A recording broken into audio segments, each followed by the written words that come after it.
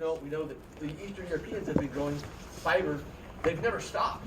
They've never stopped growing fiber in Eastern Europe. So if you wear, excuse me, anybody here wear hemp clothing? Who here has something hemp on? Great, that's awesome. I love all the hempies here. I'm not quite there yet, but there are a lot of people in this industry, that's all they wear. And my hat is off to you guys because that's walking the talk. And that's where we need to get to in this country. That's the supply chain that we need to reestablish. And I want to talk about how to get there. So to do that, we need to understand where that supply chain has been. We talk about regions and regional processing. So and we'll primarily talk about fiber for fabric and textiles, but that's really only one of the possible implications. The higher value product stream for hemp fiber is to make textiles for clothing and for biocomposites, right? Carbon fiber. This is, in my view, the most exciting product that we can make with hemp fibers is hemp biocomposites. And I'll talk a little bit about a project that I'm involved with at Georgia Tech University through FLEXMOD, where we're talking with them about how to use hemp fiber for very high value composites, biocomposites. And there's a number of prototypes out there. We have some really good data. We think that's going to be a very, very important play here. Yes, sir? Is that the same as bioplastics? Bioplastics don't have the fiber component. Biocomposites are the plastics plus the fiber. And the fiber is needed to create tensile strength. Carbon fiber, anybody here have carbon fiber products? Anybody here into mountain biking, skiing, snowboarding, high performance cars, where they have carbon fiber, some sort of carbon fiber product? Raise your hand. Who's got something here? Okay. Carbon fiber is incredibly lightweight. It's incredibly strong. It's lighter than titanium, stronger than steel. They use it in all sorts of expensive products like tactical aircraft that the military owns that are worth billions of dollars. Right? These are all made out of carbon fiber. The stealth bomber, the stealth fighter. Georgia Tech has a project with Yamaha showing that they could use plant fibers to make something that's lighter, cheaper, and much less expensive than traditional carbon fiber. We'll get into that. We need to talk about supply chain first. I need to keep on track here too. I can talk, so I need to make sure I don't go over time here. So let's talk about the fiber industry in the United States. Textiles. Where do most of our textiles come from? China. India. Right? China. Even if the fiber was not grown in China, it goes to China for manufacturing and gets shipped back to us. And we're seeing some pain on this now. Actually, we're going to see it in about 6 months. Anybody know why?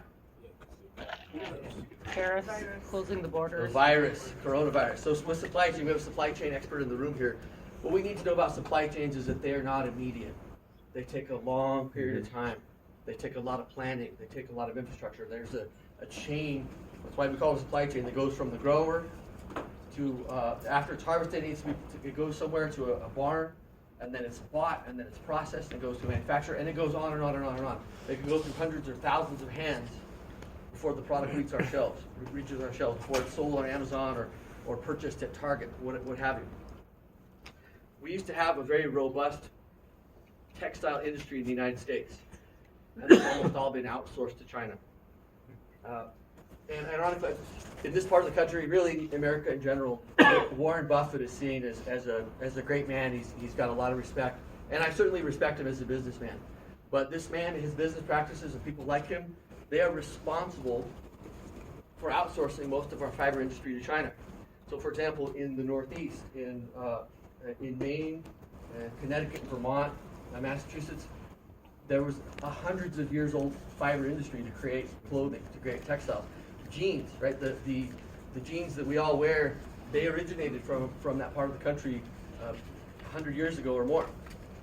And as Warren Buffett began to invest in these companies, it was trendy at the time to outsource stuff to China, because the t-shirt that it might cost $8 to make in the United States would cost $3 to make in China.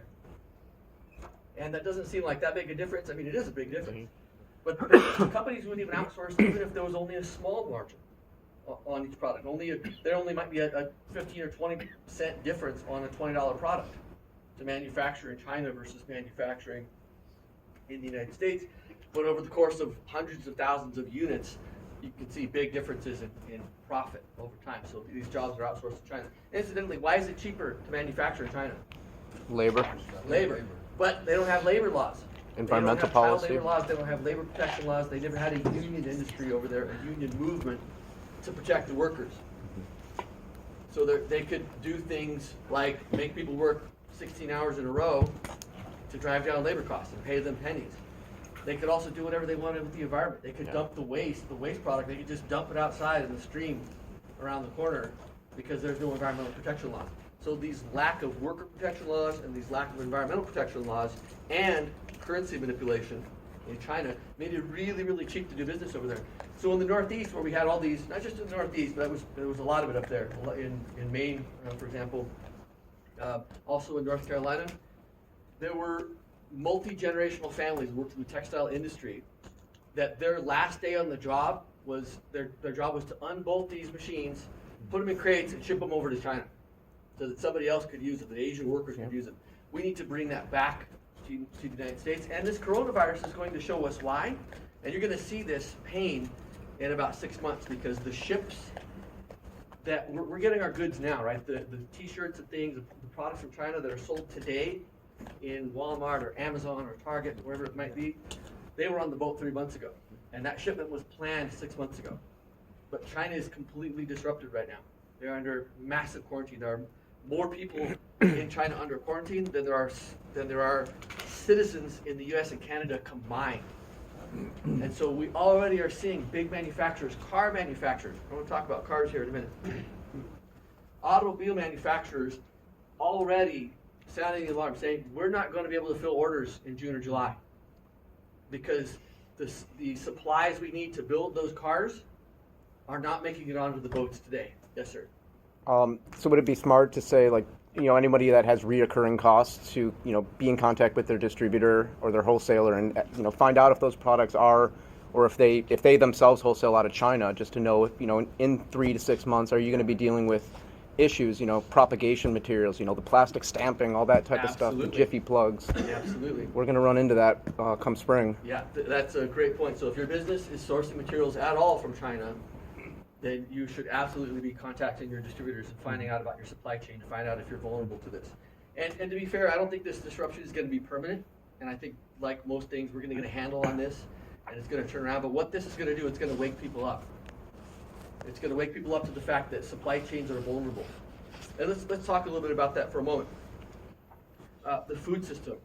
Hemp is also a food, right? Hemp seed is the most complete protein out there in terms of a plant food, right? It's the most complete plant protein available. It has a very high nutritional value in the oil as well. Food systems are very different in the United States as they are in Europe. In the United States, we have scaled our food system beyond what most people can imagine. Whereas in Europe, the food system is very much a distributed food system. So if you're in Europe, for example, and you come across some really delicious cherries, they're ripened in season, you better get them right then and there because they're not going to be available in the next town over. Because everything in the European food chain is regional. It was designed around a human scale process. Things getting products to market with the horse and buggy or on foot. So everything is built around human-sized towns. And the United States was largely like that until the 1970s. The agriculture secretary under Richard Nixon, a man named Earl Butz, he said repeatedly on television and in newsprint, he said, "Go big or get out." And he was saying that to the farmers, right? And so this is what's required to build a massive food system for 350 million Americans that we have today. But there are fewer and fewer humans involved in farming than ever before in America, and yet every year we set records in terms of the output of our food system because we have more and more automation and things are under a larger and larger scale, right? So when you're talking about growing corn, it's 10,000 acres might be a small to medium-sized plot, 15,000 acres, 30,000 acres. And so if we're talking about a hemp supply chain to meet the needs of this industrialized system, we really have to think about this kind of scale. We have to think about growing things on hundreds of thousands of acres. So we did a very brief and informal study where we looked at other industries and tried to understand the scale of what's required to build a true hemp supply chain, specifically for fiber. And so one thing we looked at was rice agricultural products that are agricultural wastes that are coming out of agriculture and going into other industries. Anybody here know what MDF is? Medium density fiberboard. It's a construction product. Lots of people use it. It's used in homes and office buildings. There's a $300 million project in the Central Valley of California where they're taking all of the rice chaff, which is just this fibrous waste material from the rice plant that doesn't constitute part of its food. Rice farmers used to burn it, but because it creates a giant air quality issue, the California government banned the burning of rice fiber. So this stuff is just building up as waste. So a group of farmers there got together and did some R&D and raised a bunch of money, and they built a factory that will take 300 million pounds of rice waste and turn it into rice-based MDF board. And it can supply 30% of the MDF needed for the state of California. The region where this factory gets its rice fiber from is only 15-mile radius, so a 30-mile circle. Right? So the amount of fiber that we're going to need to supply Levi's jeans and Wrangler jeans, a lot of these fiber textile companies, is going to be absolutely massive. And so the problem that we're facing right now is that hemp is not a traditional commodity. It's very difficult to get a forward contract, like in other agricultural commodities, for hemp.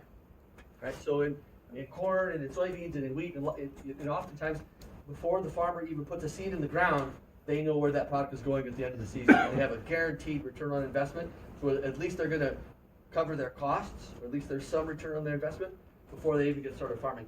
We don't have that infrastructure yet in the hemp industry. We don't have the financial infrastructure to do forward contracts yet. And because you can't do that, it's really hard to get crop insurance, because crop insurance requires having forward contracts. So there are barriers to create a situation where we would have, let's say, 150,000 acres of hemp under cultivation in a 50-mile radius to feed a regional processing facility. That's what we want to create. That's what FLEXMOD is working on with some of our partners. That's what the industry needs. Cotton in general, that cotton industry is absolutely ripe for disruption in this way. The cotton farmers need it. Cotton industry needs it. The cotton supply chain is really damaged right now for a number of reasons. There's a pathogen. I can't remember. I think it's a fungus. Anybody here know? Just reading about. There's a fungus that's affecting the worldwide cotton crop, and it's degrading the cotton crop. Cotton is also a very expensive crop to produce. 50% of all of the pesticides used in the United States are used on the cotton crop. So it's a very pesticide, herbicide intensive crop, and those are all input costs, so it's expensive to do that. And then of course trade wars.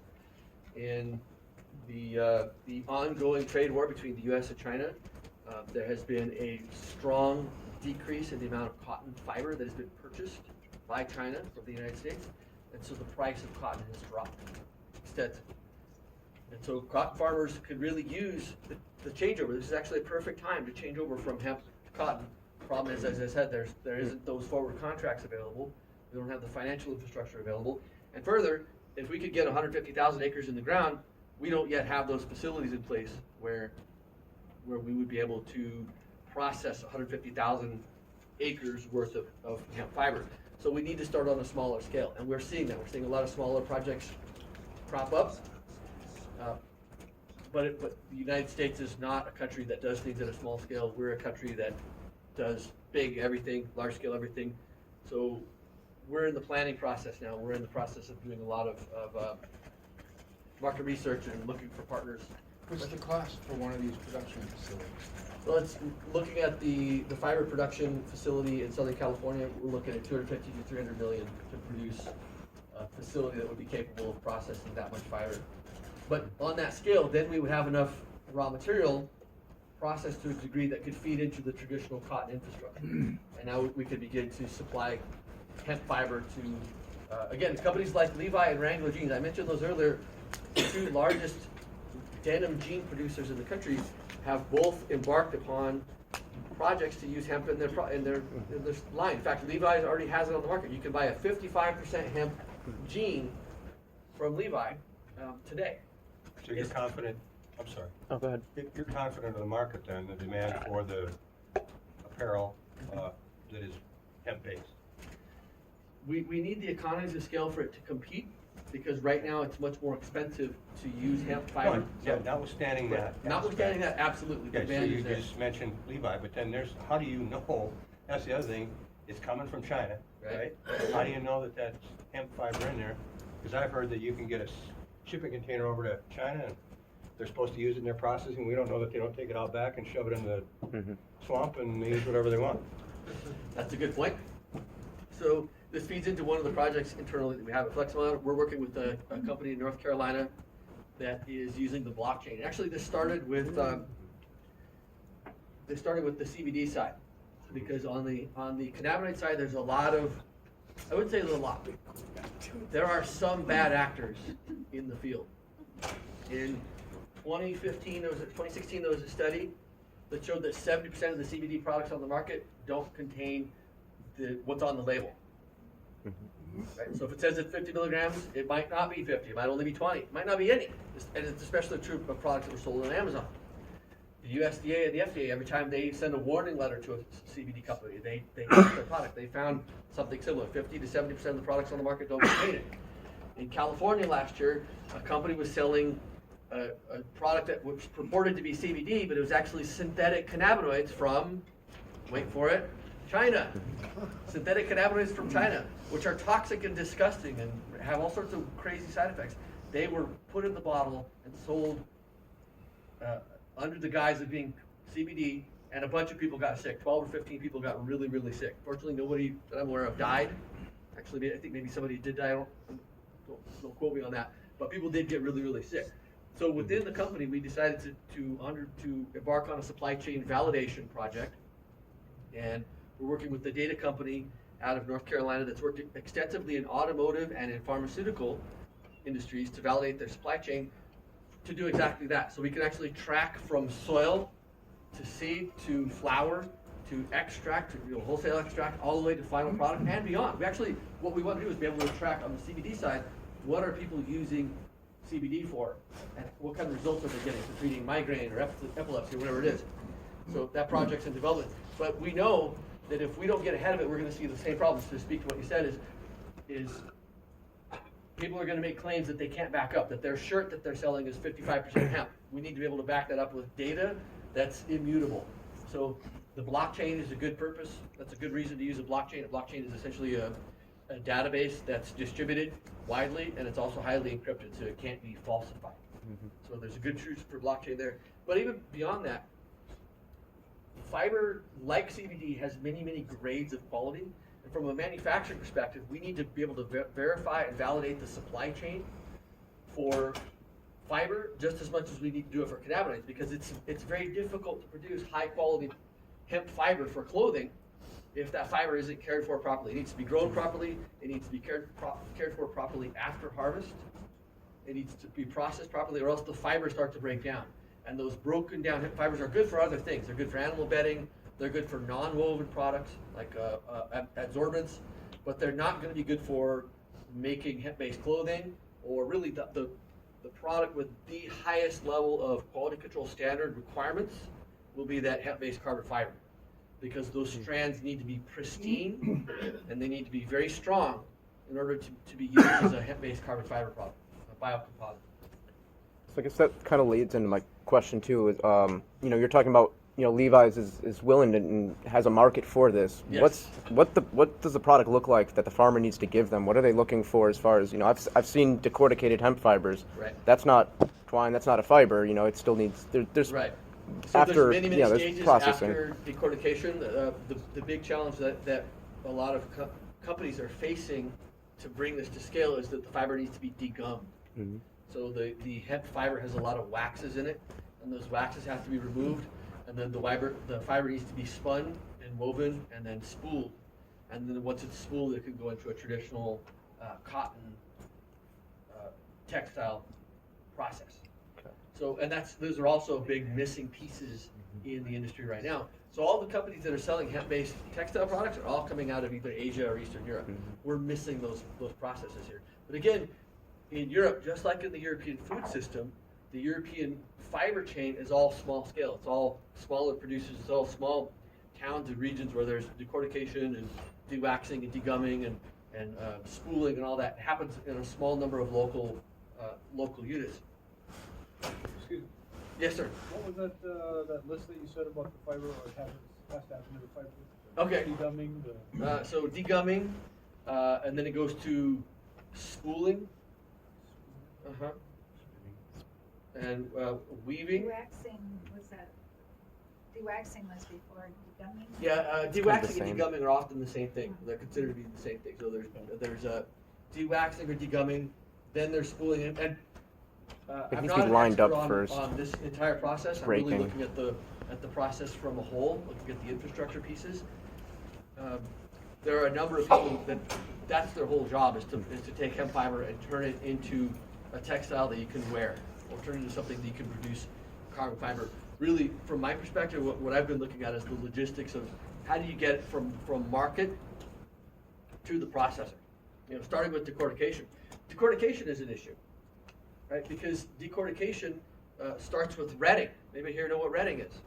Right? Retting happens in the field, and it's the process of separating the bast fibers, the long fibers that can make a textile, from those inner foam-like, the inner core called hurd.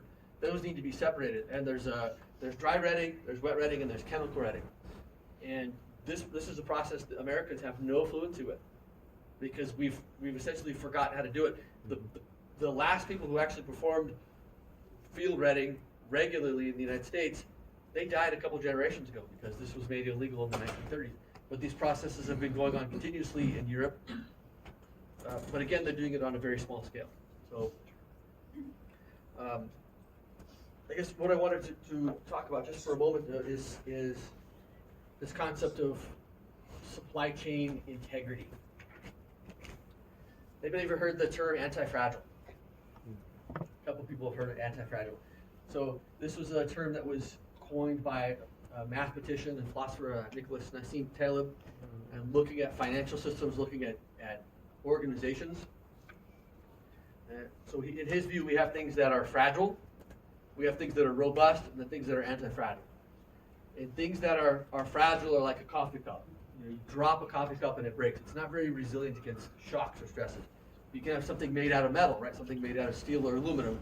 It's much more robust. It can take a larger number of shocks before it breaks. But very few systems are actually anti-fragile. Anti-fragility is this concept that a system or an individual can actually benefit from shocks or instabilities in the system. And what that really requires is the creation of options. Right? And there's no coincidence here that Nicholas Nassim Taleb was an options trader. And so what does that mean? An options trader it means that someone is paying a small amount of money, like a forward contract, for the option to purchase a product at the end of the season. The first options trader in history was a man, I wish I could remember who it was. It was a Roman philosopher who he was an observer of nature, and he realized that there were certain things that would happen in a year when there was a lot of olives that were going to be produced.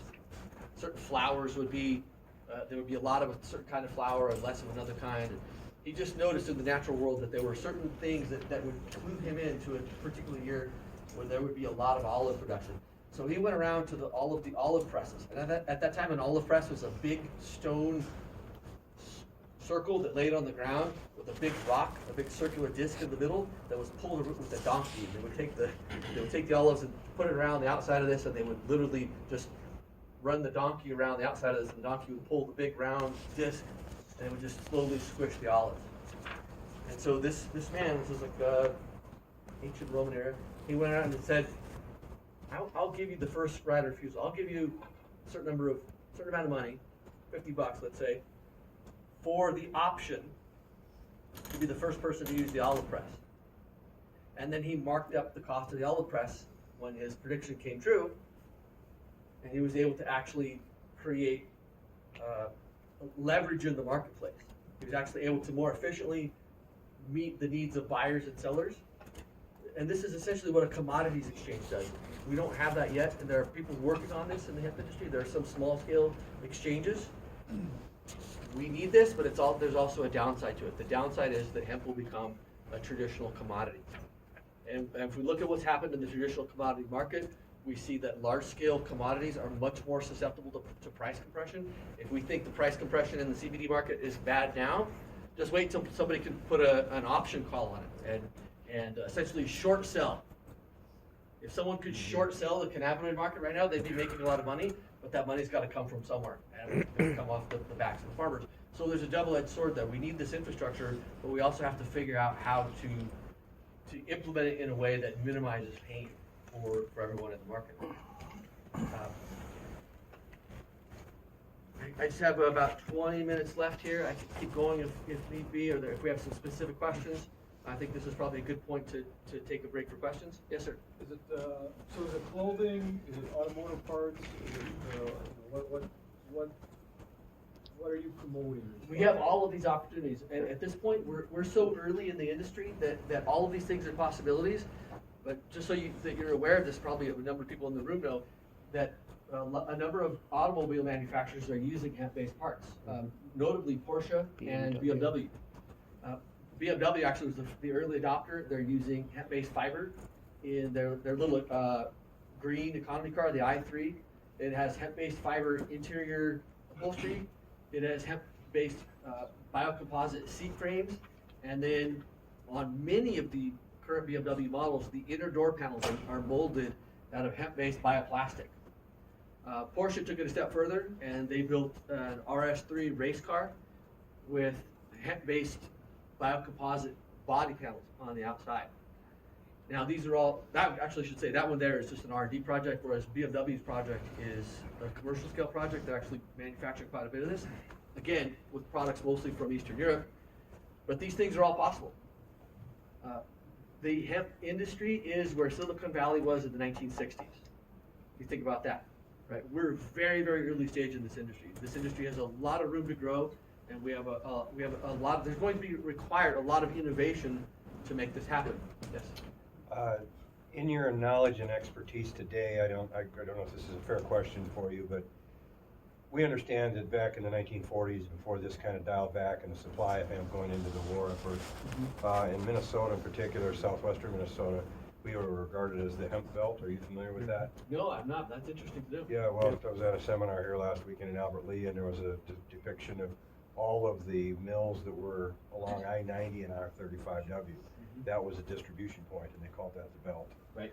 And in that capacity, I was just wondering if you could touch on what the supply chain looked like then compared to now, but I don't know if that's a fair question, if you're not prepared. Yeah, no, I'm definitely not prepared for that question, but the fact that those mills are not there now just points to the fact that when we abandoned the hemp industry because we were forced to legally in the 1930s and 1940s, that all that infrastructure went away. Yeah.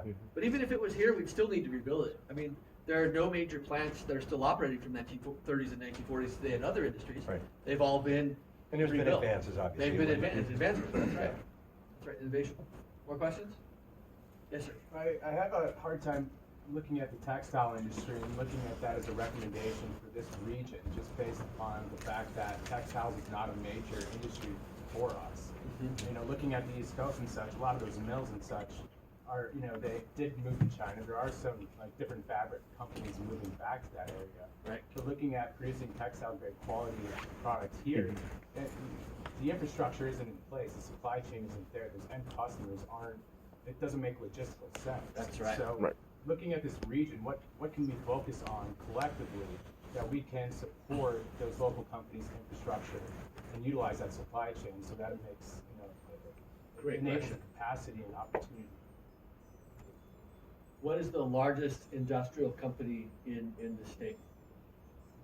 CHS or 3M.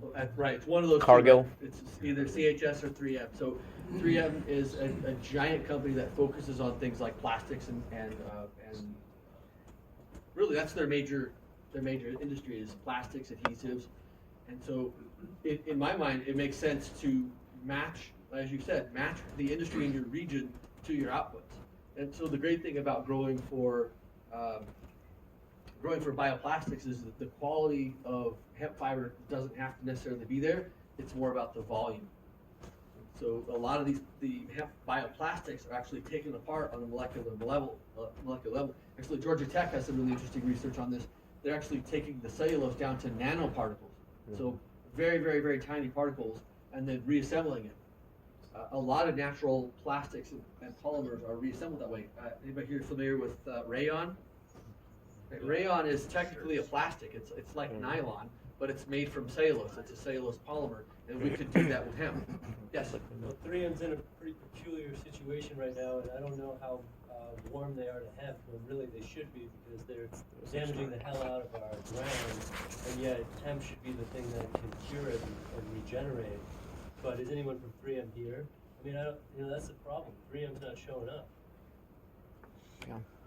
But it doesn't make sense for them at the moment because their supply chain hasn't been disrupted, so they haven't looked for other inputs. The cotton industry is in a different position because their supply chain has already been disrupted in two ways. One because of the pathogens that I mentioned, and another because of the trade wars. Right. It takes such a disaster for big business to change and grow in Right. renewable situations. It's very unfortunate, but you're absolutely right. And as an industry, we should be reaching out to them and trying to show a value proposition and show a return on investment for companies like 3M to get into this game and to help innovate, because we need that. Another question? No, I lost him. All right. Well, we're right on time here. Well, I guess I'd like to follow up with you on Sure. the gentleman's comment back there. So your concerns, or the concerns he expressed, are the quality of the product that we're producing, or the volume, or both? No, what I'm saying is, if you're producing hemp biomass for bioplastics, Yeah, no. polymers, Go back to textiles. the quality is Yeah. not as important as in textiles. Right. And because in this state, we see a lot more big plastics companies like 3M than we do textile companies. Yeah.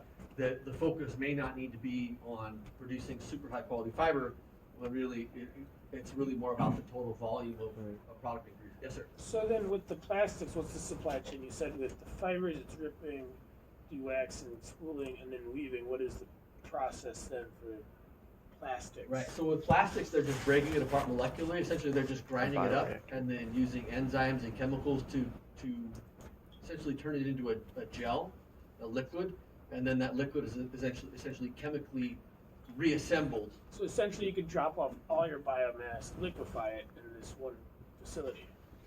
That would be the process. That's right. There's still some technical challenges to that.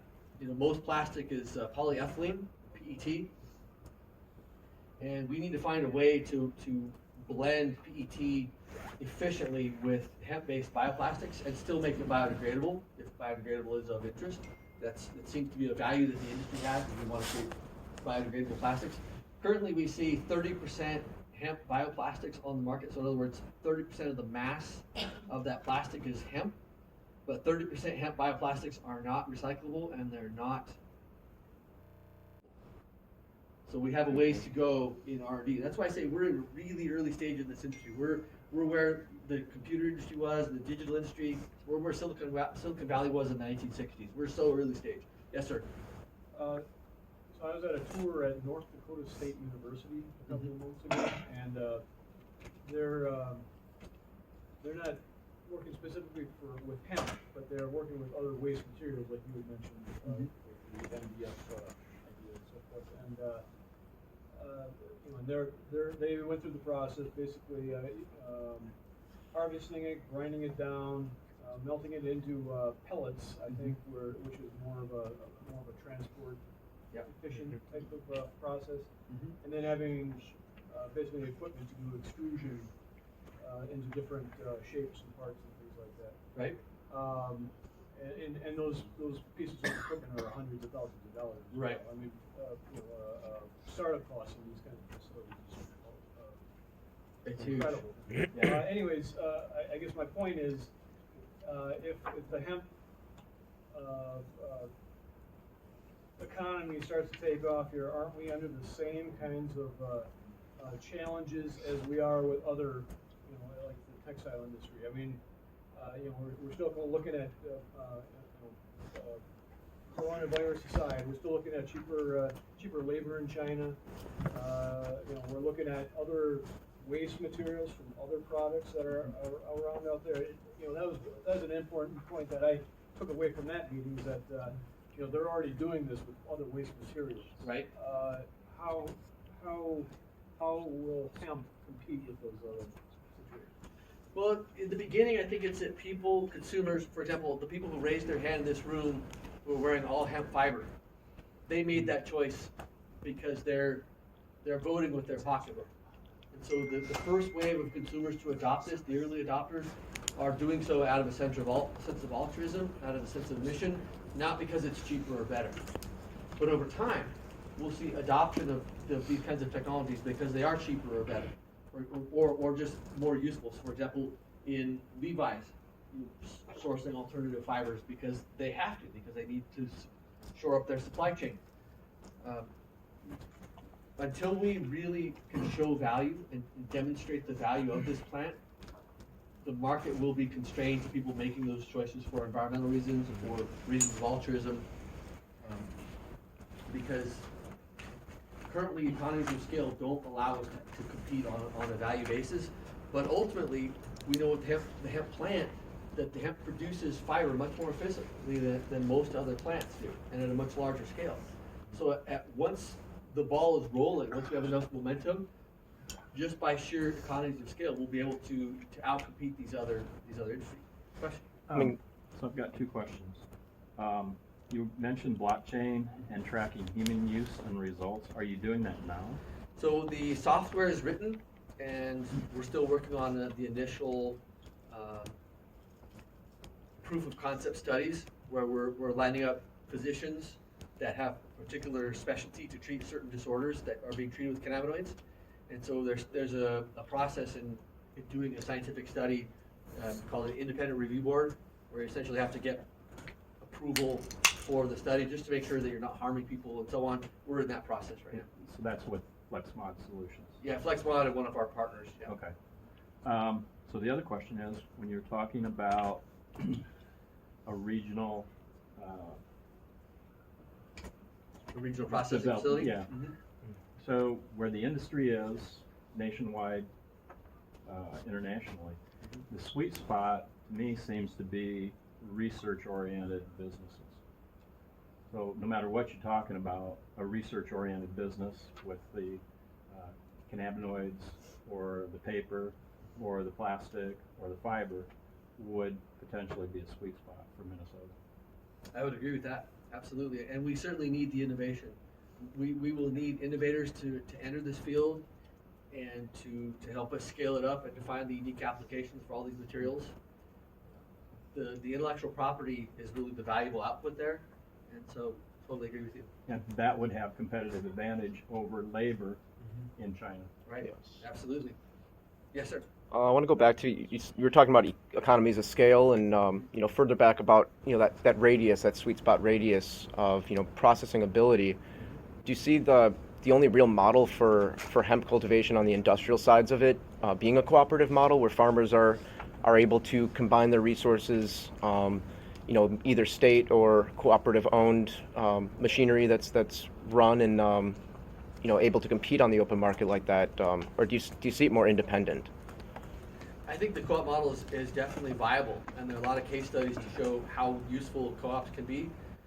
It is challenging for farmers. I think farmers' major point of leverage is their land, and when a bunch of farmers get together, they kind of decrease their overall exposure, their overall liability when they're leveraging their land to create a processing facility like that. But it still comes with risk. So I think what we'll see is it will be public-private partnerships. There'll be co-op models, and then they'll just be standard venture capital backed regional processing facilities that use a more traditional business model. Mm-hmm. Yes, ma'am. I'm a medical provider, and I see there's a lot of problems with that because the majority of medical providers won't even touch CBD. Yes. Now, the problem with the research is that we still haven't agreed on what's full spectrum, what's broad spectrum, and all these, what's isolate of CBD and so forth. And then there's the question of entourage effect of the full spectrum versus CBD isolates and that advantage. How in the world are you gonna do those studies? And what are you gonna use? And if you use some kind of a special pharmaceutical grade, then you've let all of us out of the picture because we're producing CBD or full spectrum or whatever. Great question. Well, I'm a big believer in the entourage effect, and I do believe, and I've seen clinically in my own practice, that patients do a lot better with full spectrum extract. They get much better results. And so the key then is essentially what we need to be able to do is tie our lab results together with in other words, the analyses of the product that shows a spectrum of cannabinoids and a spectrum of terpenes and other biomolecules, and be able to track those products over a large number of patients using metadata so that we can actually start to tease out what is the entourage effect. What's the effect of having 6 cannabinoids versus only 3, or having 9 cannabinoids versus 3, or having 2% terpenes versus only 0.25% terpenes. I'm glad you're doing it that way. Right. Well, I mean, that's better than what's been done. Absolutely. what eventually will evolve is we're going to use technology. We're going to use cloud data, big data, machine learning. Yep. Fitbit was just bought by Google, so you've got the collection of the metrics put into the cloud and the machine learning there to figure out what the associations are. We'll eventually see DNA sequencing of the strains, and we'll find areas where, kind of like the wine model, there'll be certain strains that are grown in certain areas, and then each processing technique will extract a certain chemical profile. So you've got all of this labyrinth to go through, and then you've got delivery mechanism before it's tied in with a DNA database of the patients or the ailment. There could be a spectrum of treatment within pancreatic cancer, which, there might be 3 or 4 main segments, and that's going to match up with all of this metadata that you're talking about. Absolutely. And technology will allow us to do that, and the same is also true on the fiber side, when we're starting to collect a large amount of data with the Internet of Things, that we can actually start to track things over time and look at how different strains of hemp perform in different building material applications. And that's, we're really in a golden age. We're entering a golden age. We have a lot of challenges to really help this plant, this industry express its full potential, but all the tools are there. It just takes the time and the energy and the focus and the coordination to do it all. And so, I'm very, very optimistic about where things are overall, despite the fact that there are bumps. There are going to be a lot of bumps in the road to get there.